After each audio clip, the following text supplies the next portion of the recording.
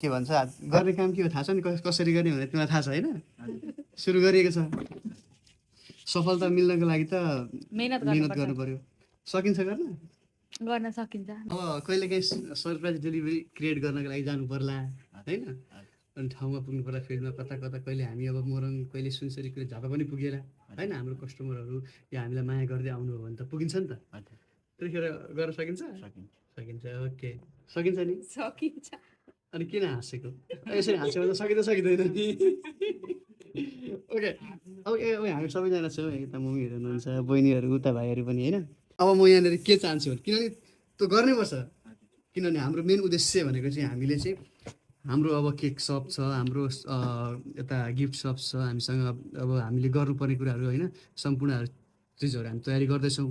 हाम्रो अब डेकोरेसनको कामहरू पनि हुँदैछ होइन, सबै कुरा फिक्स हुँदै गइरहेछ। मान्छेहरू यति नै हो होइन, यो त 4-5 जना मान्छेलाई त अब त्यो गर्नु पर्यो, जुन सोचेर गरिरहेछ त्यो काम त प्र्याक्टिकल गर्नु पऱ्यो नि त। अब अहिले यहाँनिर रिहर्सल हुन्छ, सक्नु पर्यो।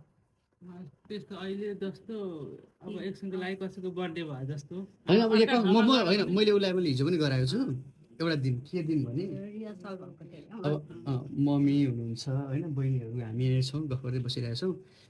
भाइले चाहिँ अब सरप्राइज क्रिएट गर्नु पऱ्यो यहाँनिर आएर।